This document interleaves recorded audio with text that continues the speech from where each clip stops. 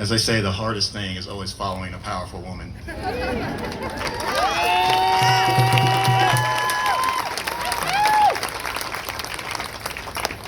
Yeah, I had a whole bunch of things in my head, and then I sat here just listening to everybody, and it all went out. It literally went out. And so I think I'm going to just start from a perspective of talking about the three words that we all have been hearing constantly, and most of us have no idea what it is. And that is defund the police.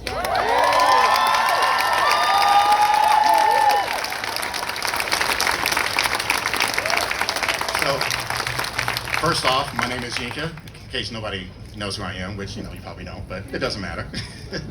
But when we talk about defunding the police, it's not about making the system weaker. It's not about making our cities and our towns and our communities more dangerous. It is about reinstalling what we should have already had in the first place.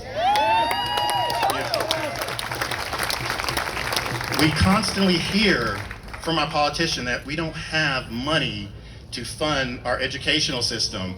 So our BIPOC communities suffer. They don't get the adequate education. We hear about, we don't have money to help our health system. So people are struggling to find health care, even affordable health care. I mean, what they call affordable is still outrageous for most people. Nobody should be paying $500, $2,000 a month. That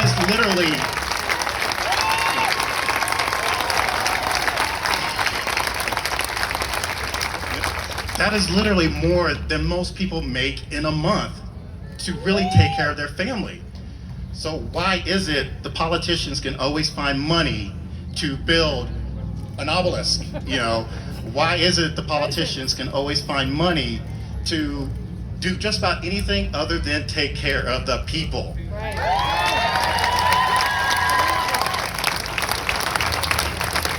So picture this. You see somebody who's having what you think is a nervous breakdown. You call 911. A police officer doesn't show up. Somebody from the healthcare community who has the skills, who actually went to school for several years to be able to de-escalate an issue.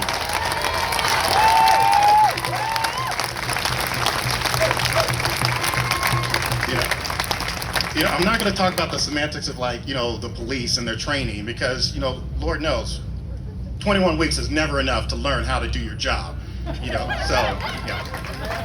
But imagine that person coming up, talking to the individual and noticing, oh, you're having a problem, there's something going on. What can we do to help you? What services can we give you? Who can I call? Instead, right now in our society, we have somebody who can have a mental breakdown and they carry a rock or a stick, and the police, in their great wisdom, pull out their gun and tell them to put it down. Somebody who's mentally crazy or having a nervous breakdown, schizophrenic, whatever, they're not thinking clearly. They turn around, they get shot. And they get shot. And they get shot. Murder is not policing. That is number one.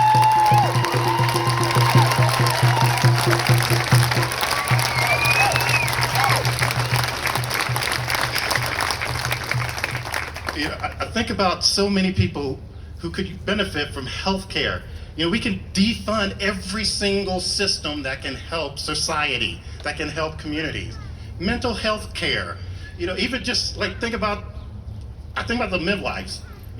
If we spend more money on the health care, as far as providing health care, mental health care for indigenous women, black women, Hispanic women, everybody, you could see the difference. There is proven evidence that when you spend money on these resources, there's a benefit. But for some reason, again, we spend money on militarizing our police force. As a child, I grew up in Texas, and we always had this thing of let's respect the police. Let's honor the police. But respect is earned. Respect is not given.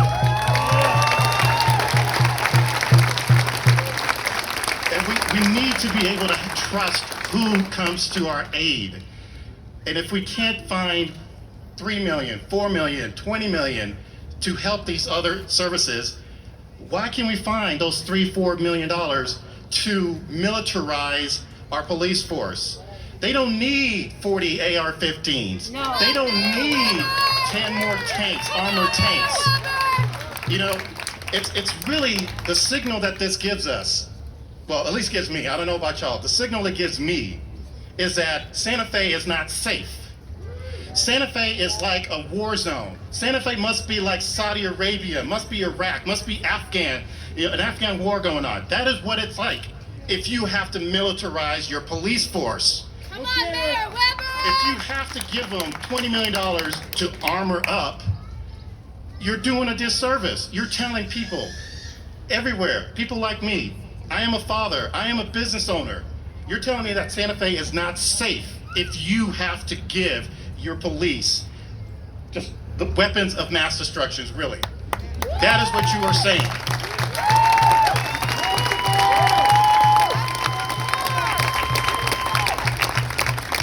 And we're not even going to talk about how the institution of policing was based off of the KKK and white supremacy in the first place. You know, these systems were designed to control the black and brown and indigenous population. That is what their job is, to make you fear. How many times have we seen a police officer easily talk to a white suspect who had just shot up a church, killed 8 people, and gets walked out of the church and then taken to Burger King for a meal? And you take a black suspect, an indigenous suspect, who, what, maybe ran away because he feared, or maybe had a $20 bill that could have been fake, and you decide, you know what, I'm not going to talk to him, I'm going to shoot him, or I'm going to kneel on his knee for 8 minutes and 46 seconds. There is a lot there, and yet we don't hold them accountable. If we have to take money away from them for them to realize it, then let's do it.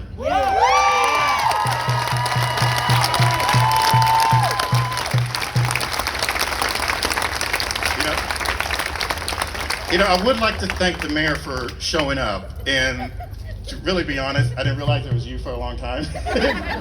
The mask is really good. So, you know, but showing up is the first step. It really is the first step. But then we have to take a bigger step, which is acknowledge. We have to acknowledge what is wrong. Action.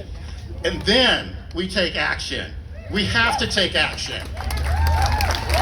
Because you can acknowledge the problem. You can acknowledge you have cancer. That's what it is.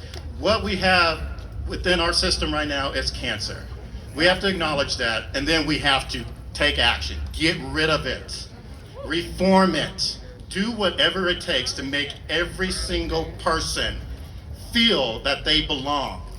The more money we spend in Santa Fe on the police to give them military-grade weapons and equipment, the more you are saying to every business person in the world that to come to Santa Fe is to be in a war zone. This is not a war zone. I came here because it was a beautiful place. It has an essence that brings people together. We don't need a force that's going to divide us, to make us live in fear. I don't want to live in fear. I don't want my kids to live in fear. I want to know that if I get stopped by a police officer, he's not going to walk to my door with his gun already cocked and ready to go. I want him to be able to walk to my door and talk to me as if I am a human being.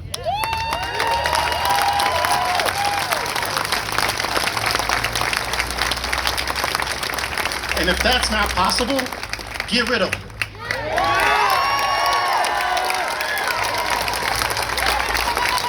So, you know, this is a very, I don't even have the words for this. It's like I've been standing here, well, sitting here really, you know, listening to everybody talk. And each person that has come up here, it just keeps giving me more hope, gives me more fire to keep fighting and keep pushing. You know, for the longest time, I've actually just kind of sat back and like kind of watched what's going on, thinking, okay, Santa Fe, you know, Santa Fe's gonna step up. Santa Fe's gonna step up. But Santa Fe isn't stepping up. And Santa Fe's not stepping up because we don't have the right people being held accountable. Being accountable for everything is very important. You know, we can hold our teachers accountable for what our kids are learning. We can hold the doctors, our lawyers, even our garbage men are held to a higher standard. And so we need to make sure everybody is held to that level of standard. So we have to come together. We have to unite. And it's like, once so you make me like dry up here. You know, once we actually unite as one, there is no stopping this movement.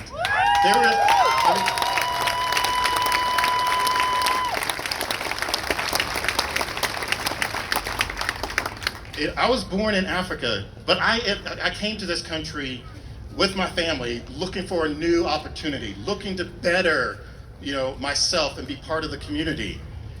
But you know, when we got here, it was 450 years that like black slaves, black people have been dealing with this. But then you think about it, the indigenous community has been doing this same fight for over 500 years.